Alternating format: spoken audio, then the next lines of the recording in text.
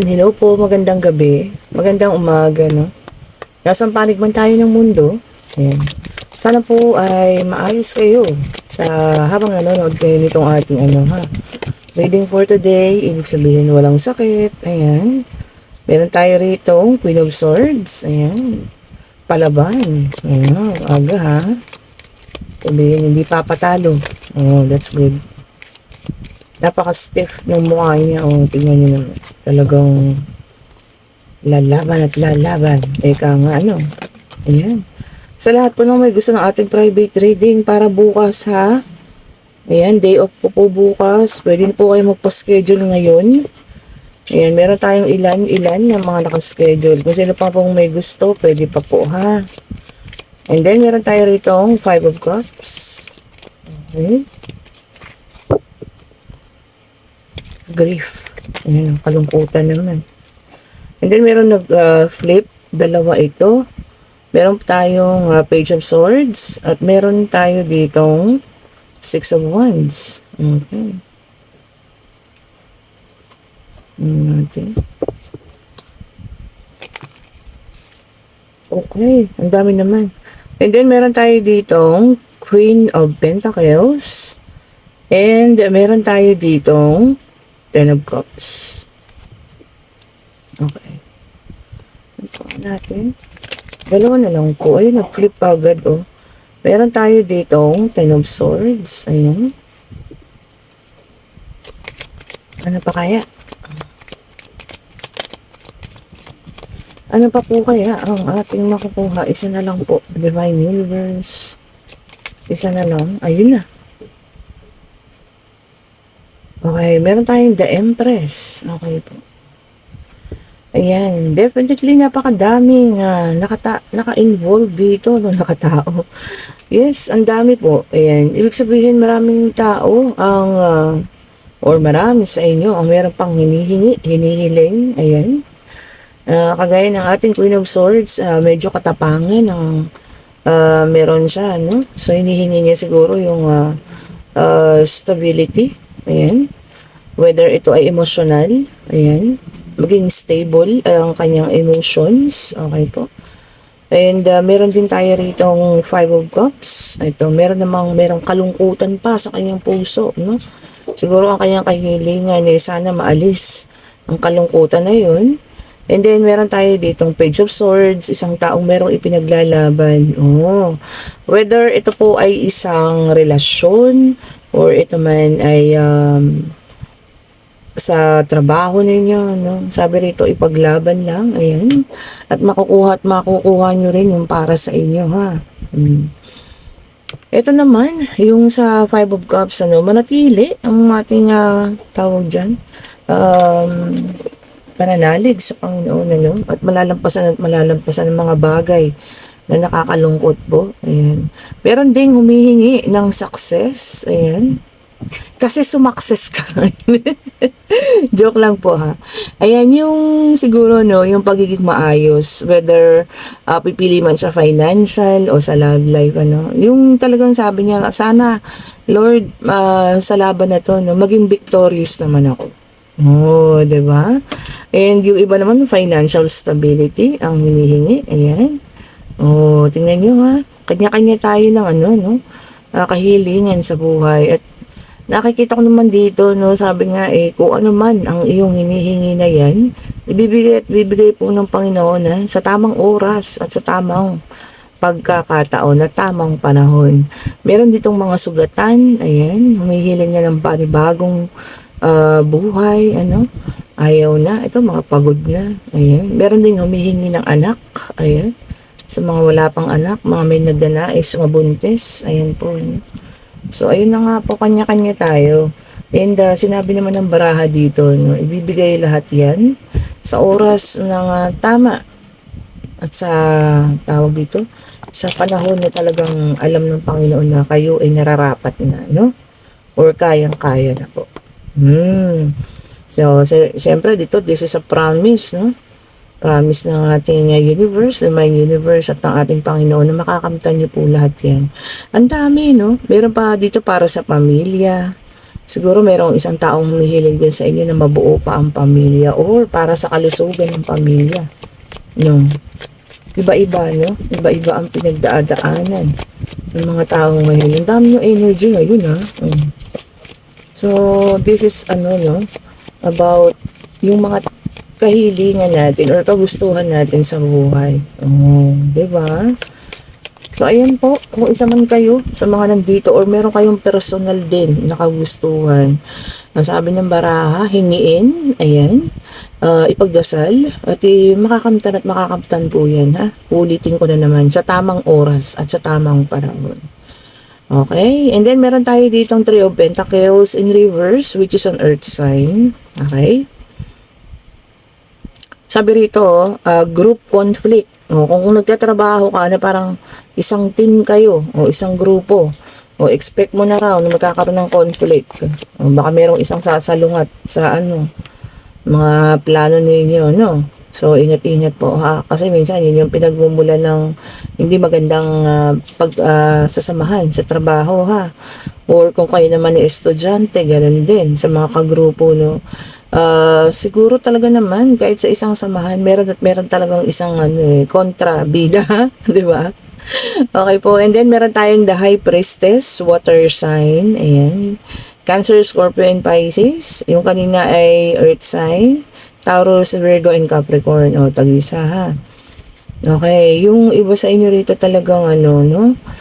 Yung intuition ay pinagkakatiwalaan. Tapos yung sarili, sabi rito, trust yourself. Oh, ayan, ha. Syempre, alam nyo yung karamihan sa inyo, sa mga ganito, no, yung mga taong meron pinagdadasal, nararamdaman nyo yan, pagparating na, correct me if I'm wrong, ha? Diba? Na-visualize nyo, napapanaginipan ninyo, pagparating na ang mga bagay, or kung sino man, or tao man, ang hinihingi ninyo. Diba? Talagang yung iba sa inyo, malakas ang intuition. Tignan nyo naman, nagtapatan. Ten of Swords, air sign, tagi-tagisa talaga, ha? Sabi dito, no? Loss. Ito yung mga taong talagang nakakaramdam ng sobrang hirap, whether it's emotion, whether it's a financial, ayan. Matatapos at matatapos po, ha? Meron na ending. Cycle po yan. Sabi ko nga, hindi lahat ng oras nandyan tayo sa ilalim. Darating ang oras na tayo naman yung mapupunta sa ibabaw po, ha? So, huwag mawalan po ng pag-asa. Kasi yung mga ganito na sobrang sugat-sugatan na, talagang na yan. Yan na yung mga, kumbaga nawawala lang faith. Yun nga po ang palakasin natin, ha? Ang ating faith para sa ating Panginoon. Ayan, dahil alam natin na hindi tayo pababayaan yan. Basta dyan tayo nakakapit po, ha? And then, meron tayong Queen of Pentacles, Earth sign. Ayan. Yung iba sa inyo nagiging practical. Tama naman. Okay po. Siguro sa panahon ngayon na sobrang hirap tayo. Pasensya na kayo kay Pupoy. Si Pupoy po yun. Minsan kailangan natin talagang maging practical po. 'Di ba? Practical tayo sa lahat ng bagay. Then, meron tayo ditong Knight of Swords in reverse. Ayan. Yung iba naman sa inyo nakakaramdam na ng pagkapagod. Restless daw po. Burnout. Pwede pong tumigil, ha? Pwede magpahinga. Ayan. Pwede po yun, ha? Huwag niyo pong sagarin yung sarili ninyo kasi mahirap po yan. Talagang bibigay at bibigay ang inyong katawan sa oras na ma-burnout na kayo at yung pagod ay talagang maramdaman na ng buong katawan ninyo, ha? Okay po, ingatan ang ating kalusugan, ha? Iisa lang po yan. Ingatan niyo po. Pwede po magpahinga. Kahit marami tayong obligasyon, pwede po magpahinga, ha? Okay, and then meron tayong Six of Cups, water sign, ayan, kaso naka-reverse. Yung iba sa inyo, nandoon pa rin sa past. Ayaw pang umusad. Bakit kinukulong mo yung sarili mo sa nakaraan? Kung po pwede naman natin puntahan na yung pag-usad natin, So, usad na po, ha? Huwag nang ikulong yung sarili sa nakaraan po. And then, meron tayong Five of Swords in reverse, air sign na naman. Yung iba sa inyo rito, sabi niya, desire to forgive. Meron na talagang pagpapatawad din, kaya lang siguro hindi pa completely na maibigay. Ayan. Kasi nga meron pang mga iniisip ng mga pangyayari ng mga nakaraan na sobrang naapektuhan pa sa ngayon. Anyway, kung ano man iyan, ano, isang tabi na kung talagang gusto niyo na magpatawad at totoong gusto niyo na makalimot po sa mga pangyayaring ganyan, ano, kung ano man yung mga pangyayari ngayon sa buhay niyo. Kasi sabi rito, desire to reconcile. So, meron na talagang may gustong ano, no, makipag-ayos, mag-ayos, ano, okay. And then, meron tayo ditong, actually, dalawa ito. Ayan. So, meron tayo ditong Five of Pentacles, ayan, Earth sign, Taurus, Virgo, and Capricorn. Ito na nga, kanina pa sinasabi, lahat ng minamanifest, ayan, whether it's a financial, whether it's opportunity, ambition, sabi rito, no, desire, lahat yan, ano, ito na nga, ibibigay na, sabi, no, in God's perfect timing, andyan na. Diba? Kanina pa natin yung sinasabi. And then, meron tayo dito, judgment in reverse, ito na ang fire sign, so lumabas lahat po, ha. Yung iba sa inyo kasi, meron pang self-doubt, ano ba yung self-doubt, walang tiwala sa sarili, diba? Huwag ganun. Kung talagang pakiramdam mo, para sa'yo yan, lakasan natin palagi yung loob natin, ha? At huwag nating, tawag yun, pag nagdadalawang isip. Especially kung maganda naman yung gusto ninyong gawin, diba? Sa buhay ninyo, bakit tayo magkakaroon ng self-doubt po? Dire-diretso lang po, ha? Para sa ating paglago. Diba? Tingnan natin kung ano ibibigay ng oracle card ngayon. Ganda ng illustration ng oracle card. Kumbaga, tayo ay humingi at eto na, sabi nga ibibigay na. Karma! Very nice. Diba? So, ano ba ibig sabihin ng karma? Kung anong ginawa mo, kung anong ginawa sa'yo from the past, eto na. Diba? Kung kinakailangan mo ng justice dahil ikaw ay nabiktima ng kung ano man, eto na, parating na. Kung kinakailangan mo ng financial stability, ayan, pagbangon muli, eto na. So, yun na nga sinasabi ko, no? Kung ang nakagawa tayo ng mabuting ng mga kadakaraan, kung tayo ay nabiktima ng masasakit na pangyayari, ito na yung pagbangon. Ayan. So, ngayon, sila naman siguro, no? Sila naman, yung makakaranas sa mga bagay na ipinaranas sa'yo noon. Ang ganda na, no? And then, prophecy. Hindi na kailangan pang tawag dito, nakatakda raw po yan. Nasa propesya. Tama. Ang karma po ay nakatakda yan, ha? Walang makakaligtas. Pag ang karma ay dumating na. Mararamdaman at mararamdaman nyo naman yan, eh. Kung talagang nasa sa inyo na yung pagkaayos ng buhay ninyo, ayan. Ibig sabihin, talagang ibinibigay na ng Panginoon yung para sa inyo po, ha? And then, self-healing. Napakaganda, no? Unahin lagi po ang sarili, ha? Ayan. So, yun nga ang sinasabi, no? Unahin natin yung sarili natin para tayo ay mag-totally heal sa mga bagay-bagay, bago po natin patawarin ang iba. Yun nga, unahin natin patawarin yung ating sarili po, ha? And then, appreciate. Ito magaganda talaga yun, no? I-appreciate natin daw po. Ayan. Ang mga bagay-bagay sa paligid. Okay? Hindi lang basta-basta yung mga, or pati yung mga pangyayari sa buhay natin. Example, nagising ka pa sa araw na ito. Ibig sabihin, God has, yung plans para sa iyo, no? Kaya nandito pa tayo sa mundo ito. Kasi meron pa tayong mga bagay na dapat nating ma-accomplish po. So, laging i-appreciate, ha? At maging positive, ayan, para po lahat ng blessing, na ating hinihingi, ay bumagsak na dito sa atin po. Napaka-positive ng ating reading ngayon, ha? Kasi sa mga taong may hinihingi dyan, may iniintay, may hinihiling, may gustong matanggap or gustong ma-achieve, eto na. Eto na po, paparating na. Sahurin natin ang dalawang kamay, ha? And eto na ang ating yes and no card. Pwede na kayo magtanong, Pag-ibig, pag-travel, ay naku, ang bilis naman. Pag-travel pa lang, sumakto pa sa ating The Hierophant. Ibig sabihin, kung nagtatanong ka sa pag-travel, yes na yes, ito na. Makakaalis na. Okay po. Ayan, kung saan ka man papunta. Or kung gusto mo talaga ng pag-usad or pag-ayos na ng iyong buhay, ayan na rin. Makakausad na po. So, puro positive ha. Very good ang reading natin ngayon. Napaka-positive po. And, syempre, ang sagot ay yes. Kung ano man ang inyong itinanong. Okay po. Kagaya nito, no? Nakasakay na siya. Sabi niya rito, victory. Sabi niya, in overcoming obstacles.